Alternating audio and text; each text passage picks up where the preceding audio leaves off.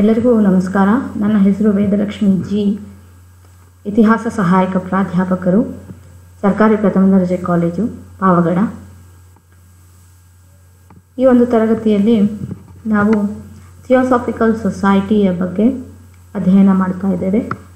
ಮೊದಲನೇದಾಗಿ ಅದರ ಅರ್ಥ, ಥಿಯೋಸಫಿ ಅನ್ನುವಂಥ ಪದ ಹೇಗೆ ಹುಟ್ಕೊಳ್ತು ಮತ್ತು ಅದರ ಅರ್ಥದ ಬಗ್ಗೆ ತಿಳ್ಕೊಳ್ಬೇಕಾಗಿದೆ. ಅದರ ಜೊತೆಗೆ ಥಿಯೋಸಾಫಿಕಲ್ ಸೊಸೈಟಿಯ ಸ್ಥಾಪನೆ ಹೇಗಾಯಿತು, ಅದರ ತತ್ವಗಳೇನು, ಅದರ ಆಬ್ಜೆಕ್ಟಿವ್ಸ್ ಏನು, ಪ್ರಿನ್ಸಿಪಲ್ಸ್ ಏನು ಅನ್ನುವಂಥದ್ದನ್ನು ತಿಳ್ಕೊಳ್ಬೇಕು. ನಂತರದ ಸಂದರ್ಭದಲ್ಲಿ ಥಿಯೋಸಾಫಿಕಲ್ ಸೊಸೈಟಿ ಯಾವ ರೀತಿಯಾದಂಥ ಸುಧಾರಣಾ ಚಟುವಟಿಕೆಗಳನ್ನು ಅಳವಡಿಸ್ಕೊಳ್ತು ಅನ್ನುವಂಥ ವಿಚಾರ. ನಂತರ ಥಿಯೋಸಾಫಿಕಲ್ ಸೊಸೈಟಿ ಅಂದಾಕ್ಷಣ ನಮಗೆ ಹೊಳೆಯುವಂಥ ಒಂದು ಹೆಸರು ಆ್ಯನಿ ಬೆಸೆಂಟ್. ಸೊ ಅವರ ಬಗ್ಗೆ ಮತ್ತು ಅವರ ಕೊಡುಗೆಗಳ ಬಗ್ಗೆ ನಾವು ಈ ತರಗತಿಯಲ್ಲಿ ತಿಳ್ಕೊಳ್ತಾ ಇದ್ದೀವಿ. ಮೊದಲನೇದಾಗಿ ಥಿಯೋಸಫಿ ಅನ್ನುವಂಥ ಪದದ ಅರ್ಥದ ಬಗ್ಗೆ ನಾವು ತಿಳ್ಕೊಳ್ಳುವಂಥದ್ದಾದರೆ, ಥಿಯೋಸಫಿ ಅನ್ನುವಂಥ ಪದ ಎರಡು ಪದಗಳಿಂದ ಆಗಿದೆ. ಗ್ರೀಕ್ನ ಎರಡು ಪದಗಳು. ಥಿಯೋಸ್ ಅನ್ನುವಂಥ ಒಂದು ಪದ. ಥಿಯೋಸ್ ಅಂತಂದರೆ ದೇವರು, ಗಾಡ್ ಅನ್ನುವಂಥ ಒಂದು ಅರ್ಥವನ್ನು ಕೊಡುವಂಥ ಪದ, ಅದು ಗ್ರೀಕ್ ವರ್ಡ್.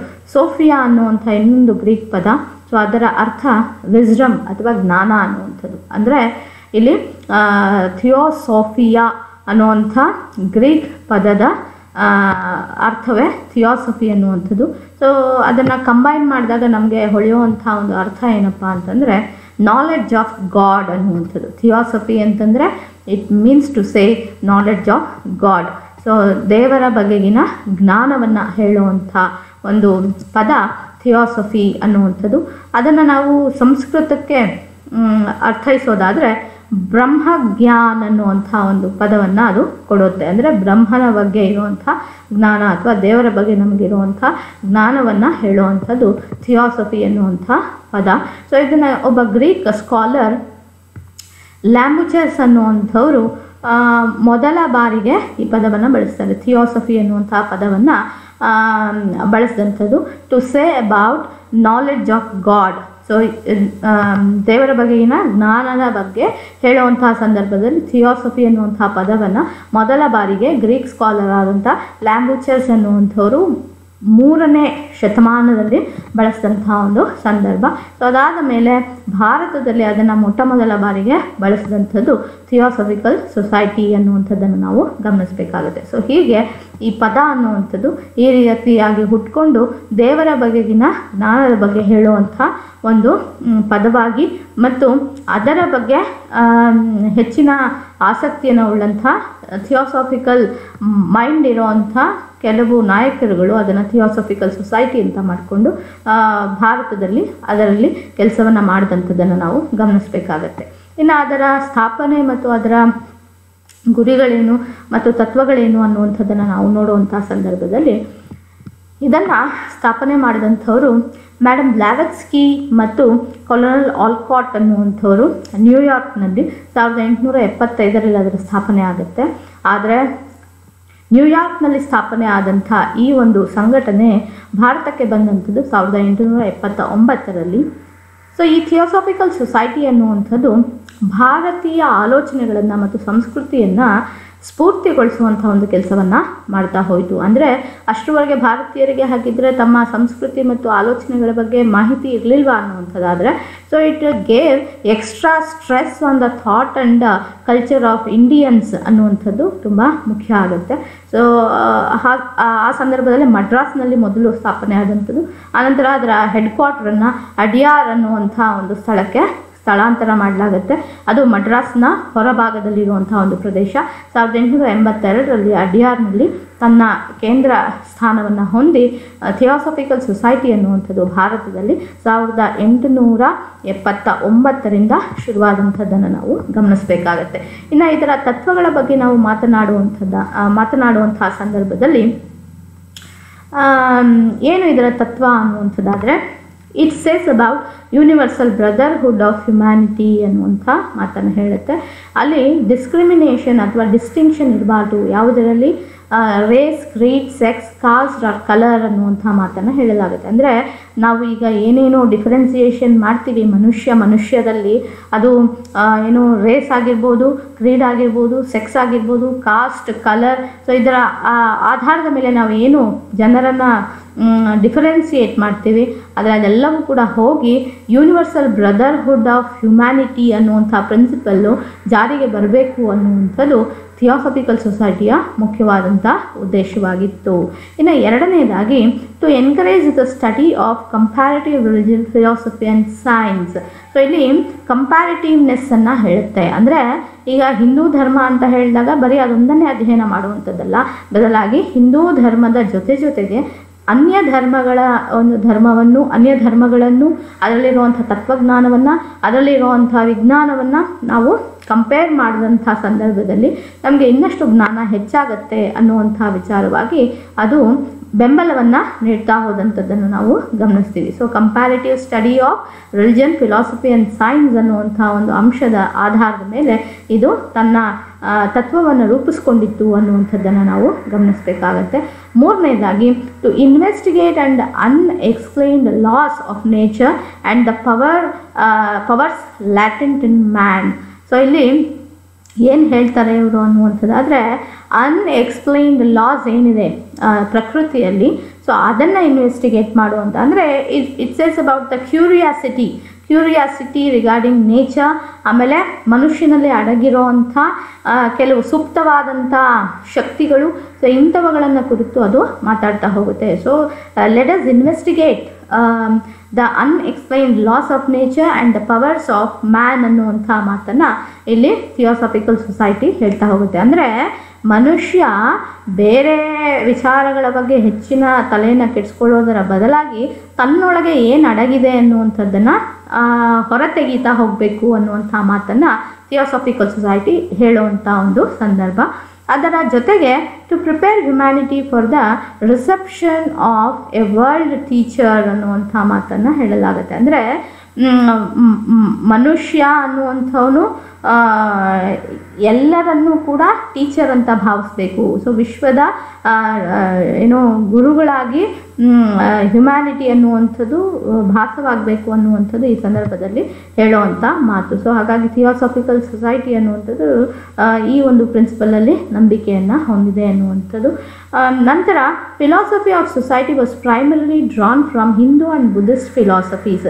ಇಲ್ಲಿ ಈ ಒಂದು ಸೊಸೈಟಿಯ ತತ್ವ ಅನ್ನುವಂಥದ್ದು ಯಾವುದರಿಂದ ರೂಪಿಸಲಾಗಿದೆ ಅನ್ನುವಂಥದ್ದಾದರೆ ಮುಖ್ಯವಾಗಿ ಹಿಂದೂ ಮತ್ತು ಬುದ್ಧಿಸ್ಟ್ ತತ್ವಜ್ಞಾನದ ಆಧಾರದ ಮೇಲೆ, ಹಿಂದೂ ಧರ್ಮದ ಮತ್ತು ಬುದ್ಧಿಸ್ಟ್ ಧರ್ಮ ಅಂತ ನಾವೇನು ಕರಿತೀವಿ, ಸೊ ಅವುಗಳ ತತ್ವಜ್ಞಾನದ ಆಧಾರದ ಮೇಲೆ ಈ ಥಿಯಾಸಫಿಕಲ್ ಸೊಸೈಟಿಯ ತತ್ವಗಳನ್ನು ರೂಪಿಸಲಾಗಿದೆ ಅನ್ನುವಂಥದ್ದನ್ನು ನಾವು ಗಮನಿಸಬೇಕಾಗತ್ತೆ.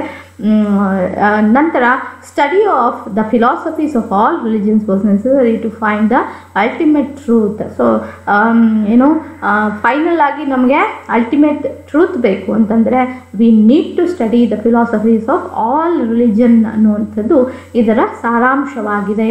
ಸೊ ಇಲ್ಲಿ ಒಂದೇ ಧರ್ಮವನ್ನು ಆಧರಿಸೋದರ ಬದಲು we have to understand the philosophies of all religions to find the ultimate truth ಅನ್ನುವಂಥದ್ದು ಈ ಸಂದರ್ಭದಲ್ಲಿ ನಮಗೆ ತಿಳಿಯುವಂಥ ಪ್ರಮುಖವಾದಂಥ ವಿಚಾರ. ಸೊ ಅದನ್ನು ಥಿಯಾಸಫಿಕಲ್ ಸೊಸೈಟಿ ತುಂಬ ಸೂಚ್ಯವಾಗಿ ಮಾತನಾಡುವಂಥ ಒಂದು ಸಂದರ್ಭವನ್ನು ನಾವು ಕಾಣ್ತೀವಿ. ಇನ್ನು ಅದರ ಸುಧಾರಣೆಗಳ ಬಗ್ಗೆ ನಾವು ಮಾತನಾಡುವಂಥ ಸಂದರ್ಭದಲ್ಲಿ ಅದು ಯಾವ ರೀತಿಯಾದಂಥ ಸುಧಾರಣಾ ಕಾರ್ಯಗಳನ್ನು ಕೈಗೊಳ್ತು ಅನ್ನುವಂಥ ಸಂದರ್ಭದಲ್ಲಿ it allied with the Hindu Renaissance. So ನಾವು ಈಗ ಬಿಗಿನಿಂಗಿಂದ ಮಾತಾಡ್ತಾ ಇರುವಂಥದ್ದು ಬ್ರಹ್ಮ ಸಮಾಜ್, ಆರ್ಯ ಸಮಾಜ್, ರಾಮಕೃಷ್ಣ ಮಿಷನ್, ಸೊ ಇವೆಲ್ಲವೂ ಕೂಡ ಹಿಂದೂ ಪುನರುತ್ಥಾನ ಚಳುವಳಿಗಳಾಗಿ ನಾವು ಗುರುತಿಸ್ತೀವಿ. ಸೊ ಅಂಥ ಹಿಂದೂ ಪುನರುತ್ಥಾನದ ಬಗ್ಗೆ ಥಿಯಾಸಫಿಕಲ್ ಮೂಮೆಂಟ್ ಕೂಡ ಆಸಕ್ತಿಯನ್ನು ಹೊಂದಿತ್ತು ಅನ್ನುವಂಥದ್ದನ್ನು ನಾವಿಲ್ಲಿ ಗಮನಿಸಬೇಕಾಗುತ್ತೆ. So that is one of the great thing. ನ್ಯೂಯಾರ್ಕಲ್ಲಿ ಸ್ಥಾಪನೆಯಾದಂಥ ಥಿಯಾಸಫಿಕಲ್ ಸೊಸೈಟಿ ಅನ್ನುವಂಥದ್ದು ಭಾರತದ ಹಿಂದೂ ಪುನರುತ್ಥಾನದಲ್ಲಿ ಆಸಕ್ತಿಯನ್ನು ಹೊಂದಿತ್ತು ಅನ್ನುವಂಥದ್ದು ತುಂಬ ಒಳ್ಳೆಯ ವಿಚಾರ. ಅಂದರೆ ನಮ್ಮ ಹಿಂದೂ ಧರ್ಮ ಅನ್ನುವಂಥದ್ದು ಅಥವಾ ಹಿಂದೂ ವೇ ಆಫ್ ಲೈಫ್ ಅನ್ನುವಂಥದ್ದು ಹೇಗೆ ಎಲ್ಲರನ್ನ ಸೆಳೀತಾ ಇತ್ತು ಅನ್ನುವಂಥದ್ದು ನಮ್ಗೆ ಇದರಲ್ಲಿ ಅರ್ಥ ಆಗುತ್ತೆ. ಸೊ ಹಾಗಾಗಿ theosophical movement was having interest or it came to be allied with Hindu renaissance ಅನ್ನುವಂಥದ್ದು ತುಂಬ ಮುಖ್ಯವಾದಂಥ ವಿಚಾರ. ಎರಡನೇದಾಗಿ at one time it allied with the Arya Samaj too. So ಇಲ್ಲಿ ಆರ್ಯ ಸಮಾಜ್ ಅಂತಂದಾಗ ನಮಗೆ ಗೊತ್ತಿರೋ ಹಾಗೆ it is a revivalist movement. So it wanted to bring something more than reform ಅನ್ನುವಂಥದ್ದನ್ನು ನಾನು ಈಗಾಗಲೇ ಹೇಳಿದ್ದೀನಿ. ಸೊ ಅಂಥ ಸಂದರ್ಭದಲ್ಲಿ ಆರ್ಯ ಸಮಾಜದ ಜೊತೆಗೂ ಕೂಡ ಇದು ತನ್ನನ್ನು ತಾನು ತೊಡಗಿಸ್ಕೊಂಡಿತ್ತು ಅನ್ನುವಂಥದ್ದನ್ನು ನಾವು ಗಮನಿಸಬೇಕಾಗತ್ತೆ. ಇಟ್ ಆಪೋಸಿಟ್ ಚೈಲ್ಡ್ ಮ್ಯಾರೇಜ್, ಬಾಲ್ಯ ವಿವಾಹದ ಬಗ್ಗೆ ಇದು ಮಾತನ್ನು ಎತ್ತುತ್ತೆ. And advocated abolition of caste discrimination. So ಅದರ ಮೊದಲ ಪ್ರಿನ್ಸಿಪಲ್ಲೇನೆ ಯೂನಿವರ್ಸಲ್ ಬ್ರದರ್ಹುಡ್ ಅನ್ನುವಂಥದ್ದು. ಸೊ ಹಾಗಾಗಿ it never encourage caste discrimination, casteism ಅನ್ನುವಂಥದ್ದನ್ನು ನಾವು ಗಮನಿಸಬೇಕಾಗತ್ತೆ. ಸೊ ಹಾಗಾಗಿ ಅದರ ಜೊತೆಗೆ ಔಟ್ಕಾಸ್ಟ್, ಯಾರು ಅಸ್ಪೃಶ್ಯರು ಅಂತ ಅನ್ಟಚಬಿಲಿಟಿ ಅನ್ನುವಂಥ ಒಂದು ಪ್ರಿನ್ಸಿಪಲ್ ಏನಿತ್ತು, ಸೊ ಅದನ್ನು ಇದು ತುಂಬ ವಿರೋಧಿಸಿದಂಥದ್ದು. ಮತ್ತು it worked for the upliftment of outcaste people ಅನ್ನುವಂಥದ್ದನ್ನು ನಾವು ಗಮನಿಸಬೇಕಾಗತ್ತೆ. It also improve the condition of widows. So ವಿಧವೆಯರ ಬಗ್ಗೆ ಇದು ಕೂಡ ಅನುಕಂಪವನ್ನು ಹೊಂದಿತ್ತು. ಜೊತೆಗೆ ಅವರ ಬೆಳವಣಿಗೆಗೋಸ್ಕರ ಅಥವಾ ಅವರ ಅಭಿವೃದ್ಧಿಗೋಸ್ಕರ ಕೆಲಸವನ್ನು ಮಾಡ್ತಾ ಇತ್ತು ಅನ್ನುವಂಥದ್ದನ್ನು ನಾವು ಗಮನಿಸಬೇಕಾಗತ್ತೆ. ಇನ್ನು ಮಿಸಸ್ ಆನಿ ಬೆಸೆಂಟ್ ಮತ್ತು ಅವರ ಕೊಡುಗೆಗಳು ಇನ್ನು ಸುಧಾರಣೆಯಲ್ಲಿ ಅನ್ನುವಂಥದ್ದನ್ನು ನಾವು ಗಮನಿಸಬೇಕಾಗುತ್ತಾರೆ. She joined the society on 10th May 1889 in England. So ನ್ಯೂಯಾರ್ಕಲ್ಲಿ ಇದು ಸ್ಟಾರ್ಟ್ ಆಯಿತು. ಆದರೆ ಇವರು ಜಾಯಿನ್ ಆಗಿದ್ದು ಎಲ್ಲಿ ಅಂತಂದರೆ ಇಂಗ್ಲೆಂಡಲ್ಲಿ. In the year 1889 10th May was the day when Mrs. Annie Besant joined this theosophical movement ಅನ್ನುವಂಥದ್ದನ್ನು ನಾವು ಗಮನಿಸಬೇಕಾಗತ್ತೆ. And as theosophical movement was active in India, she also came to India in the year 1893 at the age of 46. So ಅವರ 46ನೇ ವಯಸ್ಸಿನಲ್ಲಿ 1893ರಲ್ಲಿ ಭಾರತದಲ್ಲಿ theosophical moment ಅನ್ನುವಂಥದ್ದು ತುಂಬ ಬಿರುಸಾಗಿ ನಡೀತಾ ಇದ್ದಂತಹ ಸಂದರ್ಭದಲ್ಲಿ ಅವರು ಭಾರತಕ್ಕೆ ಭೇಟಿಯನ್ನು ನೀಡ್ತಾರೆ. ಮತ್ತು ಇಲ್ಲೇ ಅವರು ನೆಲೆಸಿ ಭಾರತದ ಹಲವಾರು ವಿಚಾರಗಳ ಬಗ್ಗೆ ಅವರು ಅಧ್ಯಯನ ಮಾಡ್ತಾರೆ.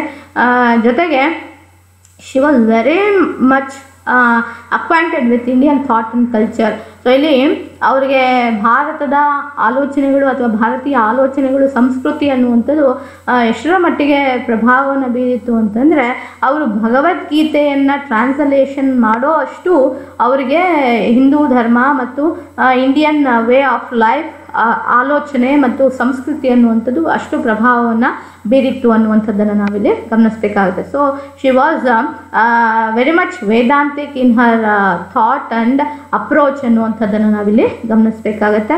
She totally turned into a Hindu, not only in her views but she dressed up like Indian or Hindu. Her food was like Hindu food, and she had a company of Hindus, and also social manners also very much influenced on Annie Besant ಅನ್ನುವಂಥದ್ದನ್ನು ನಾವು ಗಮನಿಸಬೇಕಾಗುತ್ತೆ. So ಹಾಗಾಗಿ she was totally Hindu in all her manners ಅನ್ನುವಂಥದ್ದನ್ನು ನಾವು ಗಮನಿಸಬೇಕಾಗುತ್ತೆ. So under her guidance theosophy became the movement of Hindu revivalism. So we can also consider theosophical movement also a revivalist movement, as it was a movement of Hindu revivalism ಅನ್ನುವಂಥದ್ದನ್ನು ನಾವು ಗಮನಿಸಬೇಕಾಗುತ್ತೆ. So like Arya Samaj, theosophical movement also believed in Hindu revivalism. So we can also categorize this theosophical movement as also a revivalist movement ಅನ್ನುವಂಥದ್ದನ್ನು ನಾವು ತುಂಬ ಗಮನದಲ್ಲಿ ಇಟ್ಕೊಳ್ಬೇಕಾದಂಥ ಒಂದು ವಿಚಾರ. So this is about her contribution, and she worked for Hindu revivalism is on one hand. On the other hand, she worked for the foundation of so many educational institutions. So ಅವರು ಭಾರತದಲ್ಲಿ ಶೈಕ್ಷಣಿಕ ಕ್ಷೇತ್ರದಲ್ಲಿ ಅಭಿವೃದ್ಧಿಯನ್ನು ಮಾಡುವಂತಹ ಕೆಲಸಗಳನ್ನು ಕೂಡ ಮಾಡ್ತಾ ಹೋದರು. So she laid the foundation of the Central Hindu College in Banaras in the year 1898. So as soon as she came to India, after her arrival of 5 years, she started Central Hindu College in Banaras. So Banaras ಅಲ್ಲಿ central Hindu college ಅನ್ನುವಂಥ ಒಂದು ಶೈಕ್ಷಣಿಕ ಸಂಸ್ಥೆಯನ್ನು ಸ್ಥಾಪನೆ ಮಾಡಿದ್ರು. So ಅಲ್ಲಿ Hindu religion ಮತ್ತು western scientific ಸಬ್ಜೆಕ್ಟ್ಸನ್ನು ಟೀಚ್ ಮಾಡಲಾಗ್ತಿತ್ತು. ಸೊ ಸೆಂಟ್ರಲ್ ಹಿಂದೂ ಕಾಲೇಜ್ ಅನ್ನುವಂಥದ್ದು ಸೊ 2 ರೀತಿಯಾದಂಥ ಬೋಧನೆಗಳನ್ನು ಒಳಗೊಂಡಿತ್ತು. ಒಂದು, ಹಿಂದೂ ರಿಲಿಜನ್ ಬಗ್ಗೆ ಹೆಚ್ಚಿನ ಅಧ್ಯಯನ ನಡೆಸಲಾಗ್ತಿತ್ತು. ಅದರ ಜೊತೆಗೇನೆ ವೆಸ್ಟರ್ನ್ ಸೈಂಟಿಫಿಕ್ ಸಬ್ಜೆಕ್ಟ್ಸನ್ನು ಕೂಡ ಟೀಚ್ ಮಾಡಲಾಗ್ತಿತ್ತು. So Hindu revivalism through western scientific thought ಅನ್ನುವಂಥದ್ದನ್ನು ನಾವಿಲ್ಲಿ ಗಮನಿಸಬೇಕಾದಂಥ ವಿಚಾರ. ಸೊ ಹಾಗಾಗಿ ಸೆಂಟ್ರಲ್ ಹಿಂದೂ ಕಾಲೇಜನ್ನು ಸ್ಥಾಪನೆ ಮಾಡಿ ಅಲ್ಲಿ ಹಿಂದೂ ಧರ್ಮದ ಬಗ್ಗೆ ಮತ್ತು ಪಾಶ್ಚಿಮಾತ್ಯ ವೈಜ್ಞಾನಿಕ ವಿಷಯಗಳನ್ನು ಕೂಡ ಬೋಧಿಸ್ತಾ ಹಿಂದೂ ಧರ್ಮವನ್ನು ಪುನರುತ್ಥಾನ ಮಾಡುವಂಥ ಕೆಲಸವನ್ನು ಅನಿ ಬೆಸೆಂಟ್ ರವರು ಮಾಡ್ತಾ ಹೋದಂಥದ್ದನ್ನು ನಾವು ಗಮನಿಸಬೇಕಾಗತ್ತೆ. So this became a nucleus for the formation of Banaras Hindu university. Central Hindu college ಅನ್ನುವಂಥದ್ದು ಸಣ್ಣ ಮಟ್ಟದಲ್ಲಿ ಶುರುವಾಯಿತು. ಆದರೆ ಇದರ ಬೆಳವಣಿಗೆಯನ್ನೇ ನಾವು ಬನಾರಸ್ ಹಿಂದೂ ಯೂನಿವರ್ಸಿಟಿ ಅಂತ ಪರಿಗಣಿಸ್ಬೋದು. So central Hindu university was a nucleus, ಅದು ಸಣ್ಣ ಬೀಜವಾಗಿತ್ತು. ಆದರೆ ಅದು ಬನಾರಸ್ ಹಿಂದೂ ಯೂನಿವರ್ಸಿಟಿಯಾಗಿ ಮುಂದೆ ಬೆಳವಣಿಗೆ ಆಯಿತು. 1916ರಲ್ಲಿ ಅದನ್ನು ಸ್ಥಾಪನೆ ಮಾಡಲಾಯಿತು with the help of Madan Mohan Malaviya. So Madan Mohan Malaviya was also A great nationalist.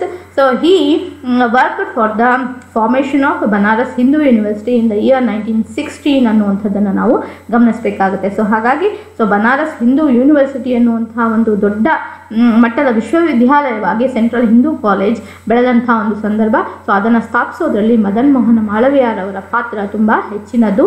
1916ರಲ್ಲಿ ಇದು ಬನಾರಸ್ನಲ್ಲಿ ಶುರುವಾದಂಥ ಒಂದು ವಿಶ್ವವಿದ್ಯಾಲಯ.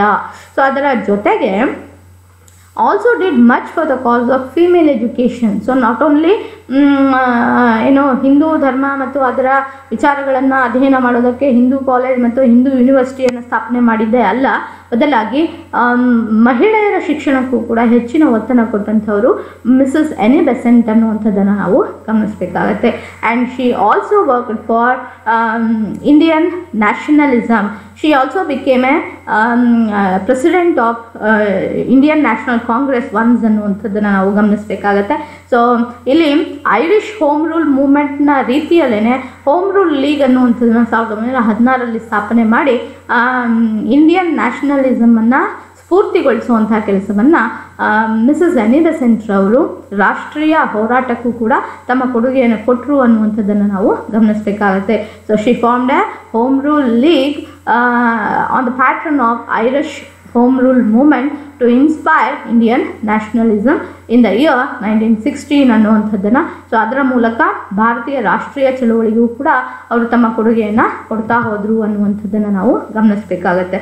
So these are all the contributions rendered by Mrs. Annie Besant through Theosophical Society, and these are the reference books which I have used for the preparation of this content ಅನ್ನುವಂಥದ್ದನ್ನು ನಾನಿಲ್ಲಿ ಹೇಳಬಯಸ್ತೇನೆ.